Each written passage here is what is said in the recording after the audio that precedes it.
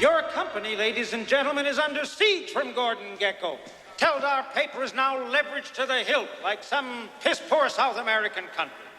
I strongly recommend you to see through Mr. Gekko's shameless intention here to strip this company and severely penalize the stockholders. I strongly recommend you to reject his tender by voting for management's restructuring of the stock. I think.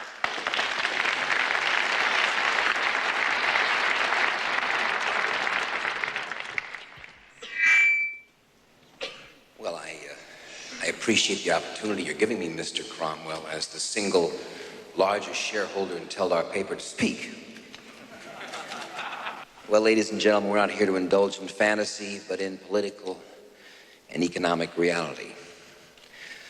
America has become a second-rate power. Its trade deficit and its fiscal deficit are at nightmare proportions.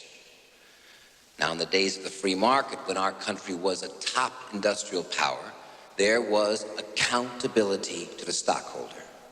The Carnegies, the Mellons, the men that built this great industrial empire made sure of it because it was their money at stake. Today, management has no stake in the company.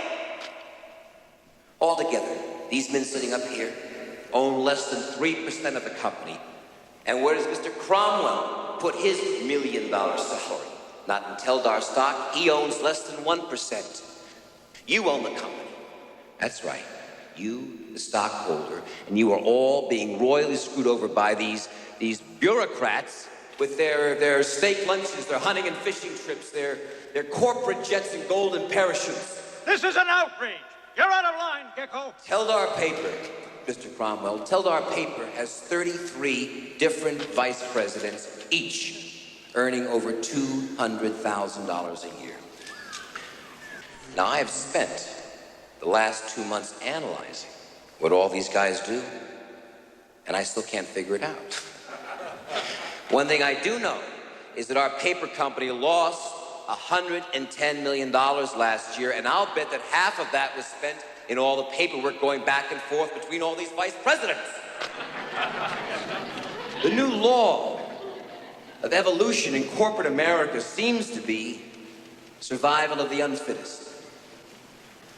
Well, in my book, you either do it right or you get eliminated. In the last 7 deals that I've been involved with, there were 2.5 million stockholders who have made a pre-tax profit of $12 billion. Thank you. I am not a destroyer of companies. I am a liberator of them. The point is, ladies and gentlemen, that greed, for lack of a better word, is good. Greed is right. Greed works.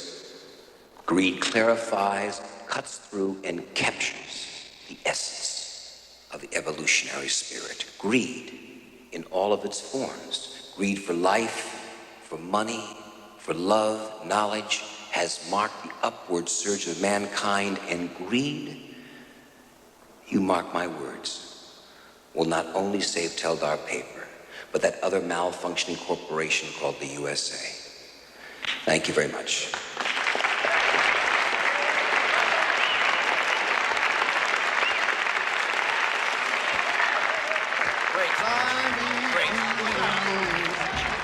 Let me play among the stars. Thank you.